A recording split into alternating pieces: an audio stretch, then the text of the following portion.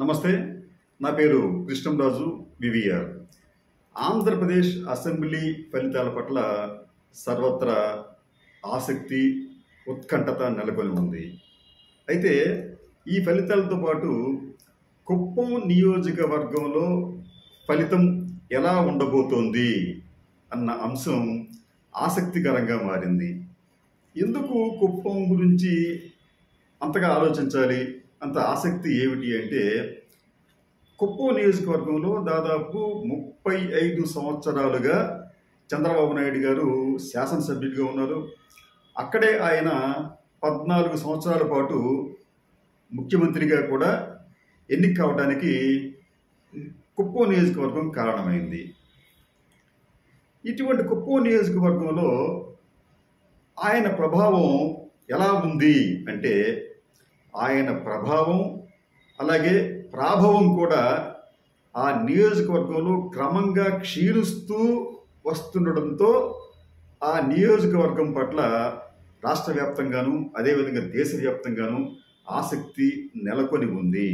ఈ ఎన్నికల్లో ఆయన కుప్పం నుంచి గట్టెక్కుతారా అంటే, కొన్ని స్పష్టమైన సంకేతాలు ఏమిటంటే, అక్కడ ఆయనకు గడ్డు పరిస్థితి ఎదురైనా ఆశ్చర్యపోనక్కరలేదు. ఎందుకంటే కుప్పం నియోజకవర్గం నుంచి ఆయన 35 సంవత్సరాలుగా ప్రతినిధిగా ఉన్నప్పటికీ ఆ నియోజకవర్గంలో అనేక సమస్యలు అట్లాగే ఉండిపోయాయి. ఇప్పటికీ కూడా అక్కడ తాగునీటి సమస్య ఉంది. పేదరికం అనేది బాగా వెనుకబడిన నియోజకవర్గాల్లో కుప్పం నియోజకవర్గం ఒకటి.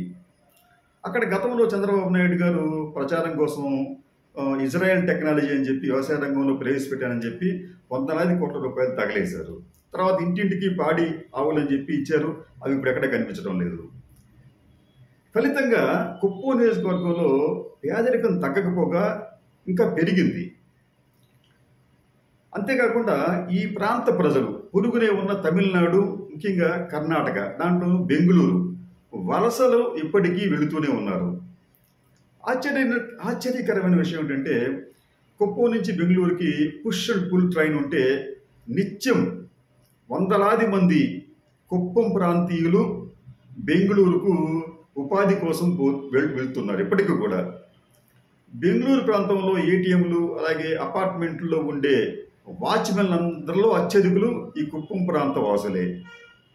అంటే కుప్పం ప్రాంతంలో మీకు ఉపాధి కూడా లభించడం లేదు, వ్యాపారాలు లేవు.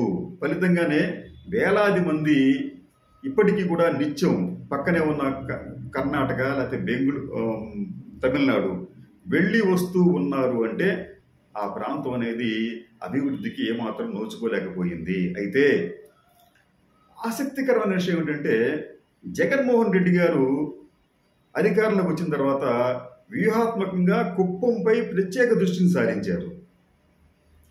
ఆ ప్రాంత బాధ్యతను సీనియర్ మంత్రి రామచంద్రారెడ్డి గారికి అప్పచెప్పారు.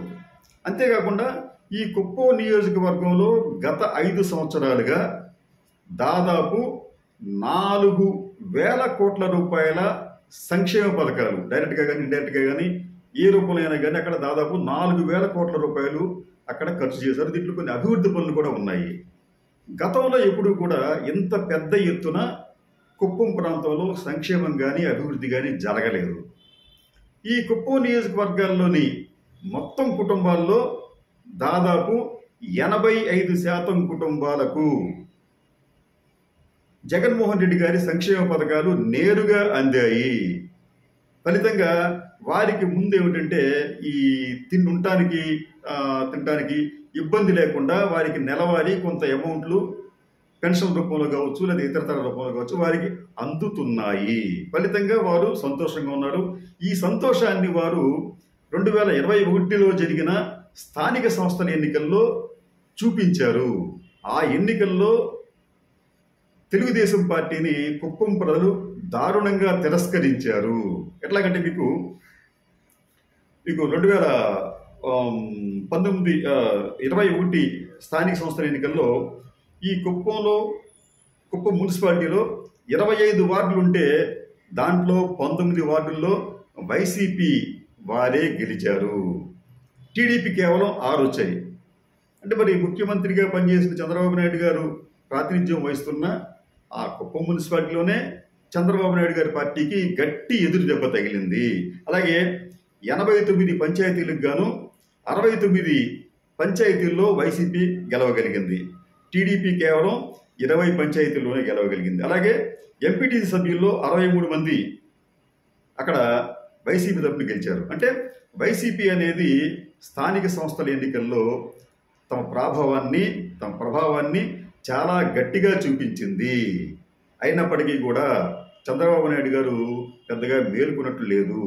దీనికి తోడు వైసీపీ వారు చేసిన ఒక వ్యూహాత్మకమైన చర్య ఏమిటంటే కుప్పం నియోజకవర్గంలో ఉన్న దొంగ ఓట్లు దాదాపు 25,000 దొంగ ఓట్లను తొలగించడంలో వారు సఫలమయ్యారు.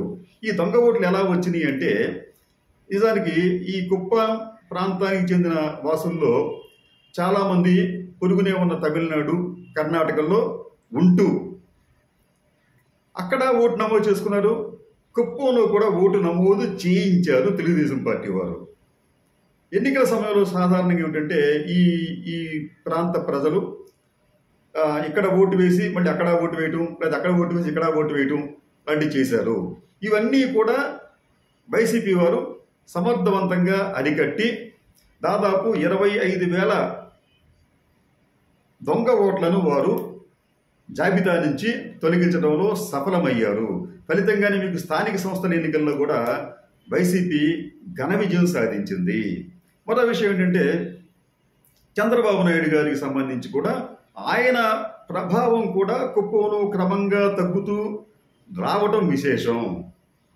ఉదాహరణకు మీకు 1989లో ఆయనకు దాదాపు 65,687 ఓట్ల మెజారిటీ, అంటే 74.42% ఓట్ల మెజారిటీ ఆయనకి లభించింది.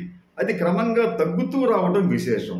2004కు వచ్చేటప్పటికి ఆ మెజారిటీ అంటే 65,000 నుంచి 59,558కి పడిపోయింది. ఓట్ల శాతానికి వచ్చేటప్పటికి 70% పడిపోయింది. 2009 ఎన్నికల నాటికి ఈ మెజారిటీ అంటే 59,000 నుంచి 46,066 ఓట్లకు పడిపోయింది. శాతం వచ్చేటప్పటికి 70 నుంచి 61.90% పడిపోయింది. 2014కు వచ్చేటప్పటికి ఈ మెజారిటీ కొద్దిగా పెరిగింది. 46,000 నుంచి 47,121% పెరిగింది, ఓట్లకు పెరిగింది. శాతానికి వచ్చేటప్పటికి 61 నుంచి 62.5% పెరిగింది. కానీ ఆ తర్వాత మరీ దారుణంగా 2019 ఎన్నికల్లో చంద్రబాబు నాయుడు గారికి వచ్చిన మెజారిటీ 30,722 మాత్రమే. ఇది 55.18%.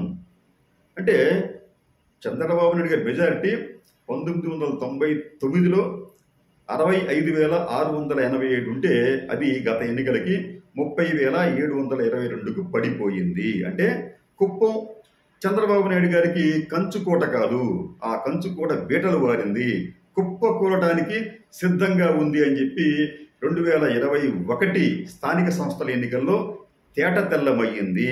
కాబట్టి చంద్రబాబు నాయుడు గారు ఏమాత్రం అజేయుడు కాదు. ఈసారి ఎన్నికల్లో ఆయన ఓడిపోయినా లేకపోతే చావు తప్పి కన్ను లొట్టపోయినా మనం ఆశ్చర్యపోనక్కరలేదు. చంద్రబాబు నాయుడు గారు ఈ విషయాన్ని గమనించి దాదాపు ఈ 5 ఏళ్లలో దాదాపు ఆయన 2019 నుంచి 24 వరకు దాదాపు 20 సార్లు కుప్పం పర్యటించారు. గతంలో ఎప్పుడు కూడా ఆయన ఇన్ని సార్లు పర్యటించలేదు. నామినేషన్ కూడా సంతకాలు పెట్టిస్తే ఎవరో ఒకరు వెళ్ళి రిటర్నింగ్ అధికారికి అందజేసేవారు. ఆ స్థాయి నుంచి చంద్రబాబు నాయుడు గారి రోజున కుప్పంలో పదే పర్యటిస్తున్నారు. అదే సమయంలో వైసీపీకి చెందిన ఈ పార్టీ వ్యవహారాలు చూస్తున్న ఈ రామచంద్రారెడ్డి గారు కుప్పం నియోజకవర్గాన్ని దాదాపు 100 సార్లు పర్యటించారు. ఆయన ఒక రకం చెప్పాలంటే కుప్పం నియోజకవర్గంలో ఏ ప్రాంతంలో ఎన్ని కుటుంబాలు ఉన్నాయి, ఏ సామాజిక వర్గం వారు ఉన్నారు అని ఆయన నిద్రలో లేపి అడిగినా చెప్పగలిగేంత స్థాయికి ఆయన చేరుకున్నారు. ఒక రకం చెప్పాలంటే రామచంద్రారెడ్డి గారు చంద్రబాబు నాయుడు గారికి ఒక కంట్లో నలుసుగా కాదు, ఒక రకం చెప్పాలంటే ఒక భయాన్ని కల్పించే ఒక వ్యక్తిగా అక్కడ మారారు. మారటమే కాదు, చంద్రబాబు నాయుడు గారి కోటకు బీటలు బారేలా స్థానిక సంస్థల ఎన్నికల్లో దెబ్బ కొట్టారు. కాబట్టి మనం ఈ జూన్ 4వ తేదీన వచ్చే ఫలితాల్లో మనం ప్రధానంగా ఆ, ఆసక్తిగా చూడవలసిన నియోజకవర్గాల్లో కుప్పం నియోజకవర్గం అగ్రస్థానంలో ఉంటుంది. అక్కడ మనం ఇందాక అనుకున్నట్టు ఆశ్చర్యకరమైన ఫలితాలు వచ్చినా మనం ఆశ్చర్యపోనక్కర్లేదు. ఇందాక అనుకున్నట్టు మనం అక్కడ చంద్రబాబు నాయుడు గారికి ఓటమి ఎదురైనా ఆశ్చర్యపోనక్కర్లేదు, లేకపోతే చావు తప్పి కన్నులొట్టబోయినట్లుగా అతి తక్కువ మెజారిటీతో ఆయన గట్టెక్కినా మనం ఆశ్చర్యపోనక్కర్లేదు. ఏది ఏమైనప్పటికీ కూడా రాష్ట్ర వ్యాప్తంగా ఈ నియోజకవర్గం ఒక ఆసక్తిని రేకెత్తించిందనడంలో సందేహం లేదు.